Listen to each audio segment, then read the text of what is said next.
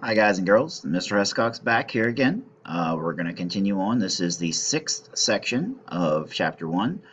We're going to talk about living things and some common misbeliefs from years ago. We're going to talk about first, what was your question, was what is a stimulus? This was not an example, this was give me the definition. A stimulus is anything that causes an organism to react or respond. Eventually, whether it happens today or not, we will be drawing posters of Reddy's experiment, posters of Pasteur's experiment. But let's do a little review from the other day. So first things first, are we going to have an instinct or a learned behavior? Remember, an instinct is something that you are born with, a learned behavior you must learn. So in our first picture here, we have a baby crying. That baby crying is an instinct.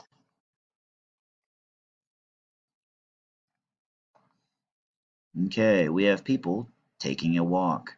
Is walking an instinct or a learned behavior?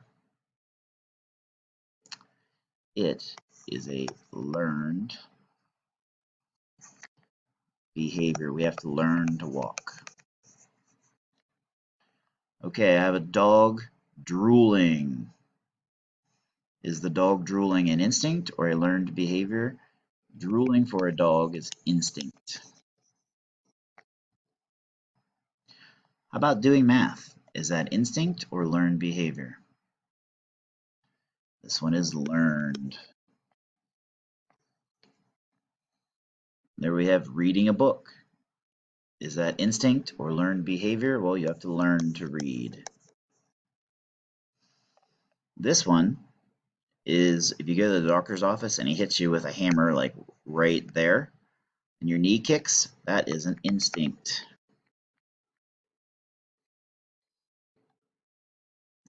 Now the last one there, you have a mama pig feeding her baby pigs. That is clearly instinct. Many animals have all kinds of maternal instinct. So there we have some review from the other day. Where do organisms come from? We all know that babies come from moms and dads, and baby deer come from bucks and does, and cats can have baby cats. But up until just a few hundred years ago, people thought that living things could come from completely inanimate objects. This is one of those false beliefs in there. We call this spontaneous generation. The word spontaneous means instantly, and generation means to create. This was a false belief that living things could come from non-living things. Let me give you an example.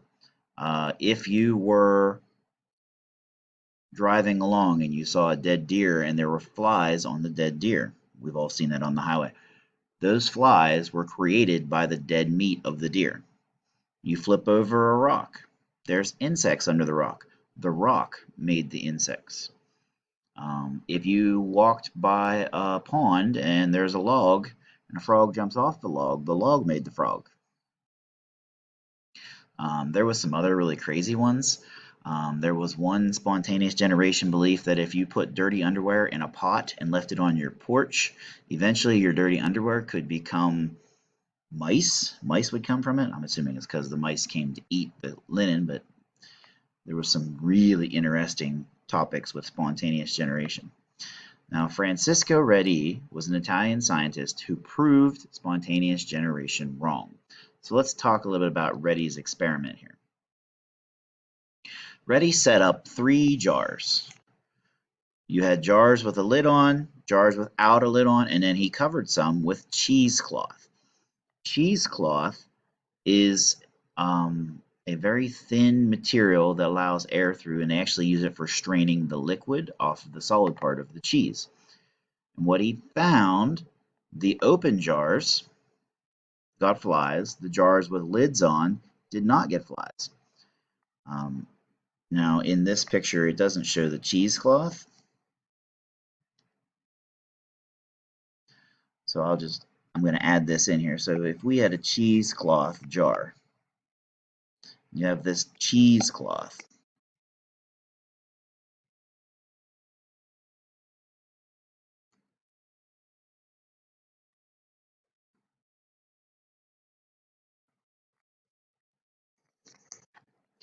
What they found, so here's my cheesecloth. It kind of looks like a big fancy napkin.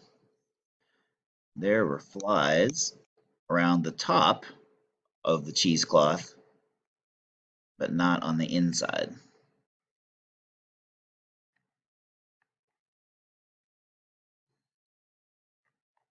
And basically, if spontaneous generation was true, flies should have been inside every single jar.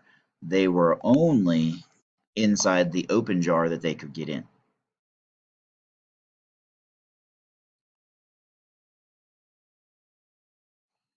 This is a student's poster from years ago, and I'll go ahead and explain a little bit real quick here. Here's our open jars. They got flies. Here's our cheesecloth on top. Maggots, flies on top. Meat inside. Put the lids on. We got nothing. So let's talk about Louis Pasteur. Louis Pasteur is the father of microbiology, one of the greatest scientists of all time. He was French. If you want to go Louis Pasteur, you could do the French accent if you had to.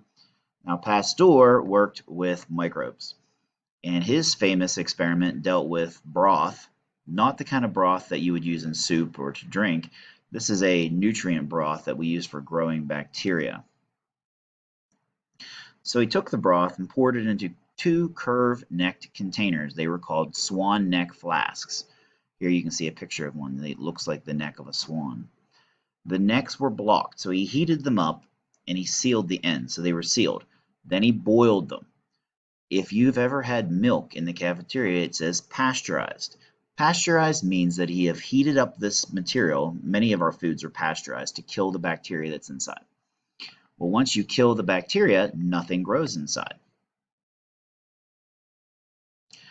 So here's another student rendition. So here's my swan neck flask. Both of them had a level of broth. We sealed this one so the broth stays clear. Nothing grew inside the broth, that everything was dead.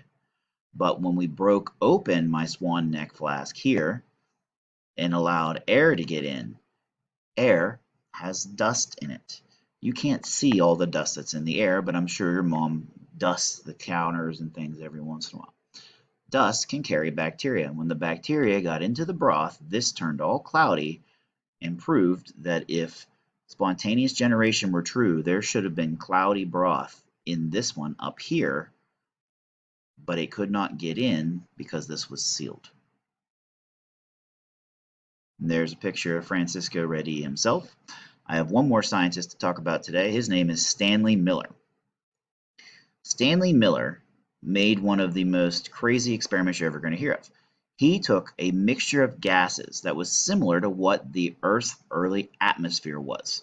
He took carbon dioxide, he took a little bit of water, he took ammonia, he took methane, put them in a container, and then he blasted it with electricity. So when the Earth first formed, there wasn't any oxygen. Now, there was oxygen in the water, but there wasn't even that much water until it eventually came from volcanoes. Basically, when he blasted this mixture of these gases that really would have been poisonous to breathe with electricity, it made this brown tar on the container. What he found was there were amino acids and nucleic acids in the tar. The electricity was to represent bolts of lightning from the early atmosphere.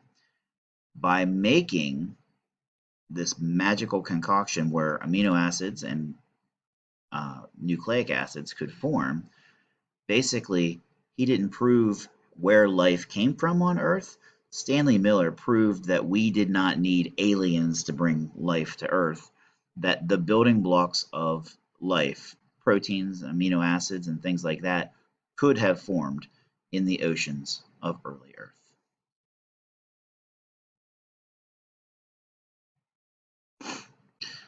All right, so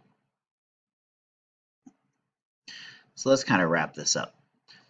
Francisco Redi put meat in jars to disprove spontaneous generation. Spontaneous generation was the theory that life could come from non-living things. The open jar got flies, the closed jars did not get the flies, therefore spontaneous generation was false. Pasteur used nutrient broth, sealed the jars, boiled the jars, the flasks. The boiled flasks did not get bacteria, therefore if it was dead from being boiling, life did not come from the non-living broth. And finally, Stanley Miller was the scientist who proved that the building blocks of life could have happened on early Earth. All right, ladies and gentlemen, make sure you get your work done. Be good and stay safe.